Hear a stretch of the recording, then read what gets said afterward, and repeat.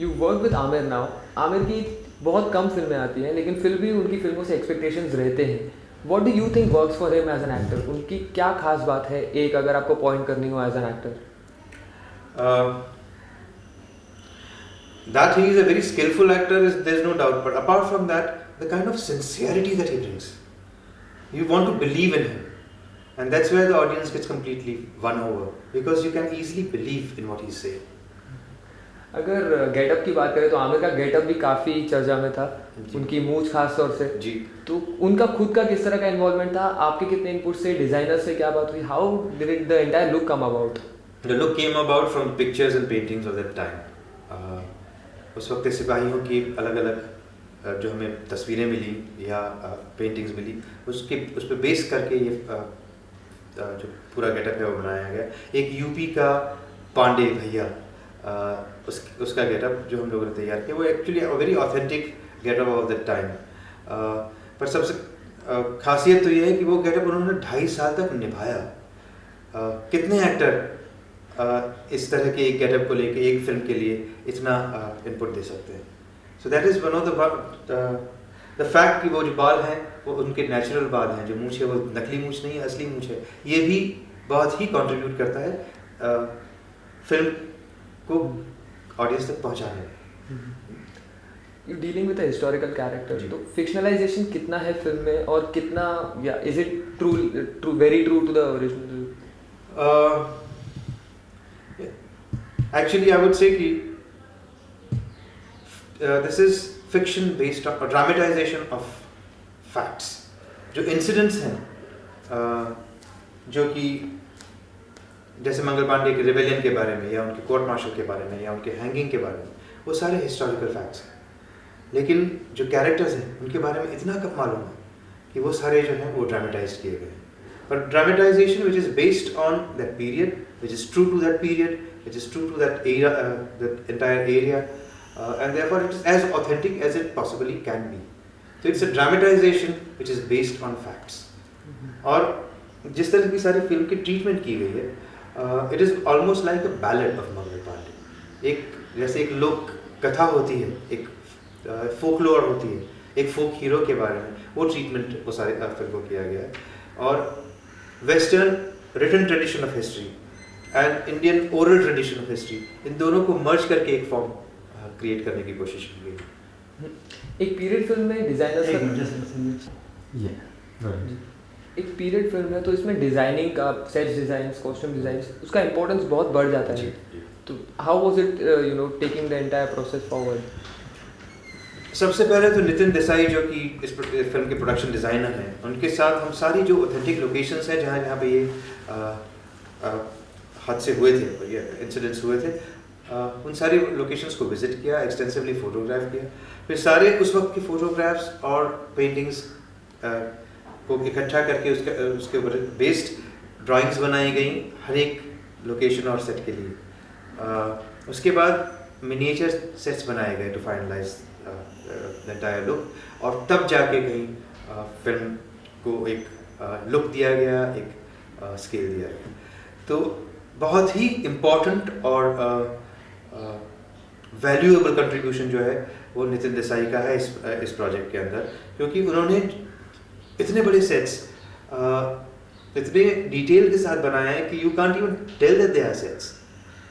और वही खासियत है. And I am very happy with the way the film is looking. Tell us about Amisha's character, or how satisfied are you with her performance in this film?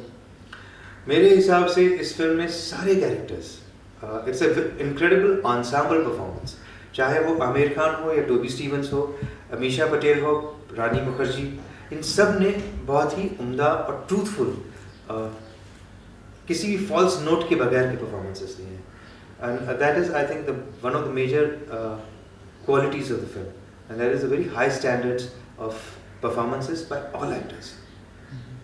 So the character, Amisha's character, Amisha का जो किरदार है वो है एक विधवा का, एक यंग जवान विधवा औरत का, जिसको कि सती के तौर पे जलाया जा रहा है, और उसको कैप्टन विलियम गॉर्डन जो एक अंग्रेज अफसर है वो जिंदा जलाने से बचाता है, और घर पे अपने घर ले आता है और उनके जो संबंध बनते हैं उसकी कहानी है वो. So she is a widow who is saved by a British officer. Amisha has not played such an intense. Was Amisha your first choice? Because she has not played such an intense role. For इस film के लिए ये इतना बड़ा project था और इतने लंबे अरसे के लिए होने वाला था कि for the other characters there were a lot of variations which were worked out. But Amisha was finally finalized to do the role. रानी मुखर्जी उनका कैरेक्टर. रानी मुखर्जी एक कोर्टिजान का रोल कर रही हैं इसमें, जो ब्रिटिश ईस्ट इंडिया कंपनी अपनी कंटोनमेंट के अंदर कोठे भी चलाती थी for the health of their soldiers. और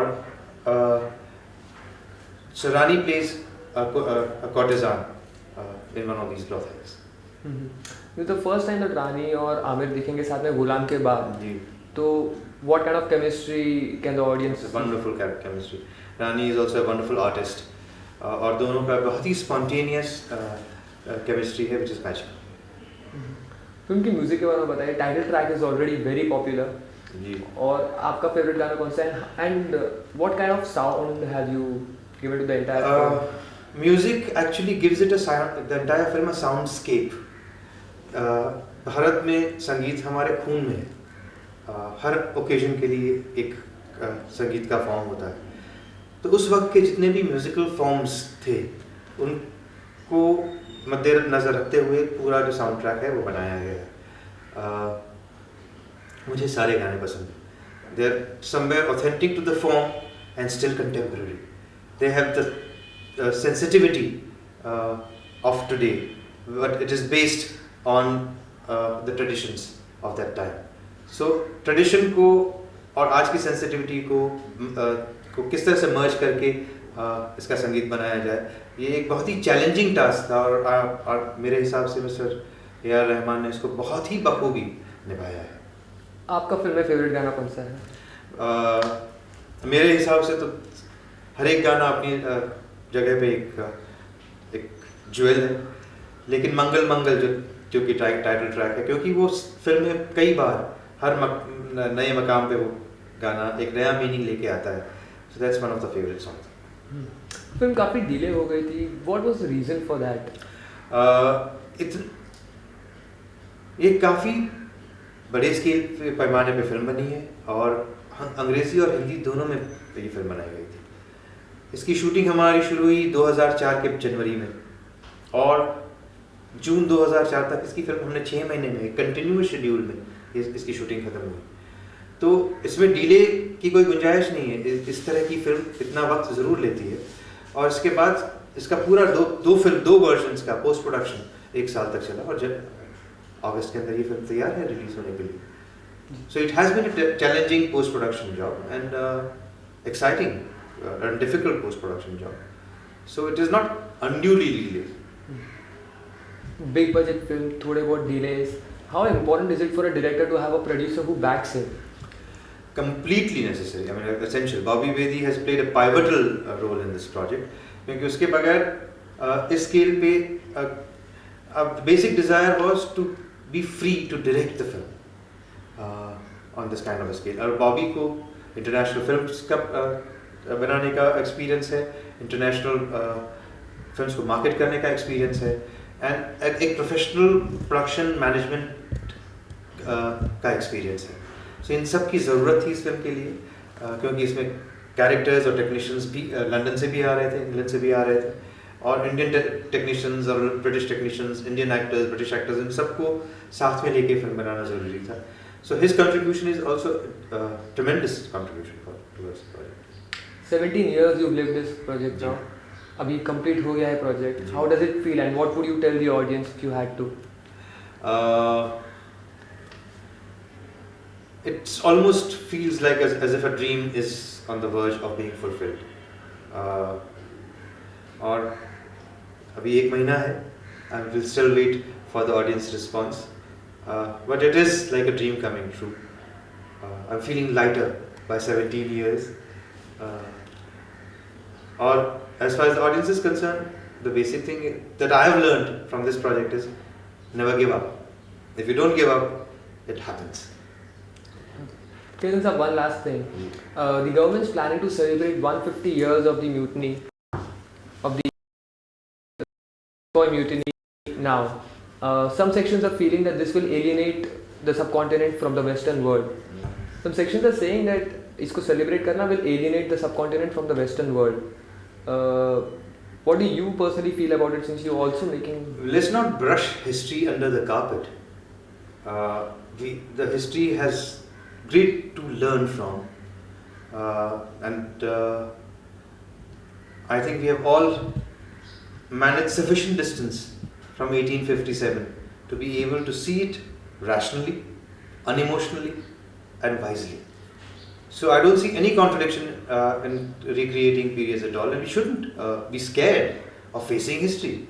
जो हकीकत है वो हकीकत है, उसको छुपाने से या डिस्कस ना करने से कोई सॉल्यूशंस नहीं आते. I think the world as a whole is now more mature, and I think the world as a whole has to learn from its immediate past. Thanks a lot, Ketan sir.